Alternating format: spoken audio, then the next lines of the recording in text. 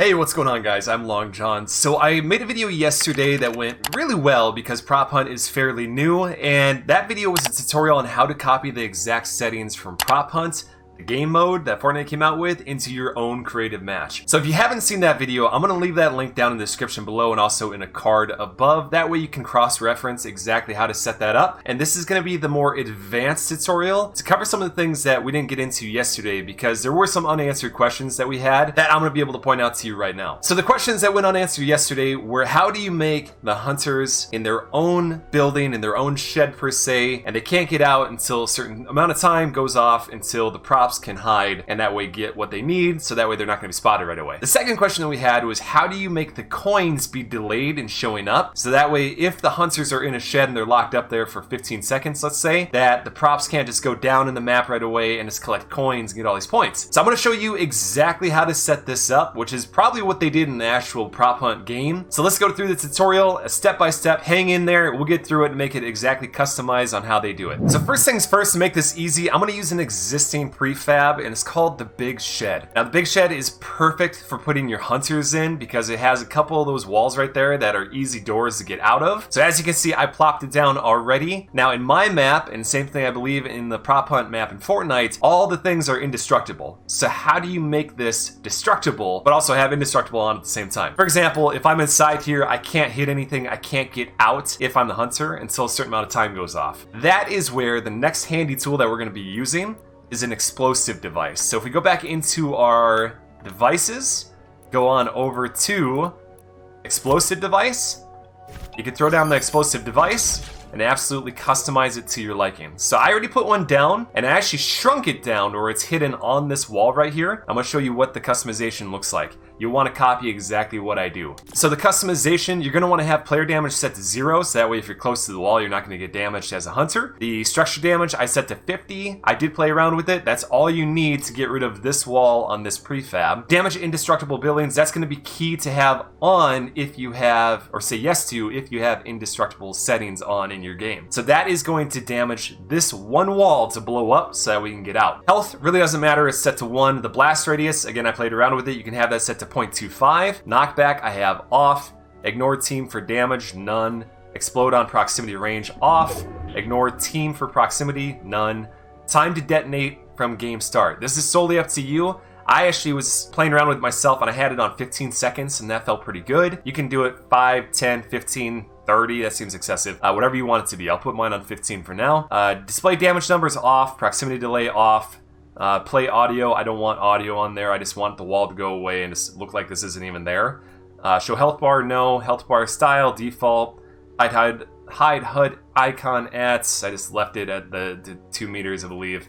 Requires line of sight, sure. HUD indicator identifier, none. Explode when receiving from. We'll talk about that in just a second because these channels are going to come into play. So let's go ahead and hit accept. And that, I just moved right behind where you're not going to see it if you're inside that building there. So it doesn't even look like there's an explosive barrel outside. So the next thing is, how, once this explodes after 15 seconds, and you know what, I'm going to change mine back to 5 seconds just to show you for clarification, that way we don't have to wait the entire time. How, after 5 seconds, how do you make these coins show up for the props and also as a hunter so you can see it and defend it? Again, back to my video I did yesterday, I clarify all of that on how, as a hunter, you're not going to collect the coins, but as a prop, you are going to collect the coins. So check that video out. Again, I'll leave it down in the description below. So how do you make these coins show up when you are leaving the building as a hunter? Again, another good question in this advanced tutorial. So if we go and we look at another tool, this one is the trigger. So you'll want to place the trigger down and you can see that you can walk up to it, customize it. So the one thing I did on this is I just flipped the trigger around to kind of be facing the actual door that's going to be exploding. I don't know if that matters or not, just copy what I did. But if you go into the customization of it, again, you'll want to move it over in front of the doorway. If you go into your trigger settings customizations, copy exactly what I'm doing. So triggered by player, I have on. Triggered by damage, off. Triggered by player, what that means is when you get close to it, you walk over it, it's going to turn on whatever you want to turn on. And we're going to link that up and make it work for the coins. So exactly copy what I have. On, off, times can be triggered 1, delay none, reset delay none. Trigger sound, I don't want the sound. Disabled, triggered VFX disabled. Visibility in game, I don't want that to show, so I have that as off. Receive damage while invisible, I have it as take damage, not sure if that matters. You can probably have it as do not take damage. That makes sense. Enabled on minigame start, I have enabled when receiving from. Here's where this gets important, linking it to our coins. So want to leave the first two as no channel, no channel.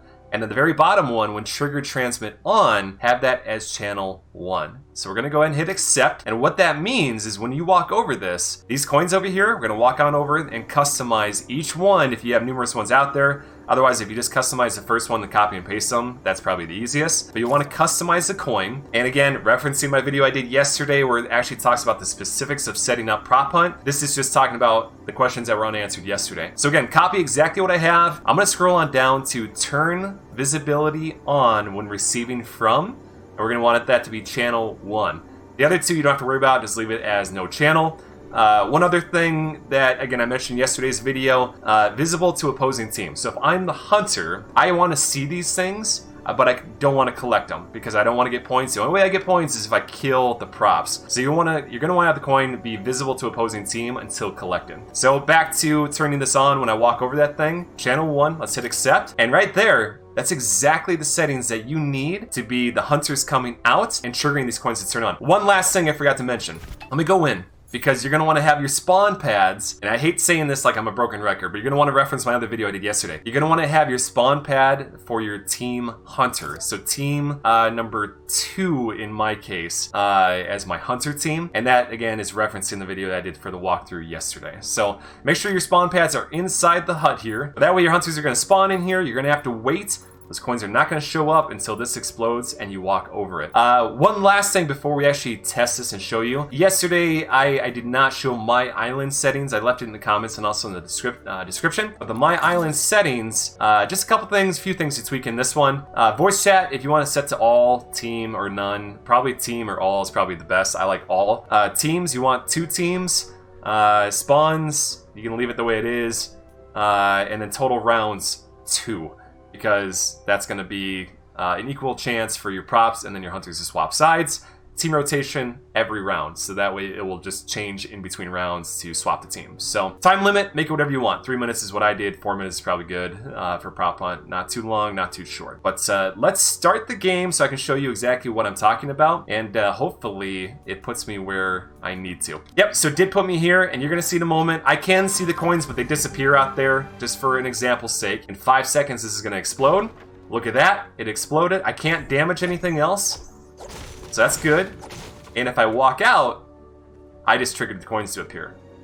So pretty cool. This is exactly how, I can now say this is exactly how they have it over in the prop hunt game. If you combine my tutorial from yesterday in that video, again down in the description, with this advanced tutorial right now, you can set up whatever game mode you want perfectly. So let me know if there's any comments that you guys have, any questions. I am probably going to refer you to the video I did yesterday, but drop a like down below if you enjoyed this. Hit subscribe if you're new to the channel. Trying to help you guys out because there's going to be a lot of fun maps that can be made from this. Exactly how prop hunt should be, which they weren't very clear on when they said that you can carry this over into your own creative maps. So I hope this clears it all up for you guys. I appreciate all the support I got in my last one. Hopefully this one gets the same amount. And until next time, guys, we'll see you out there.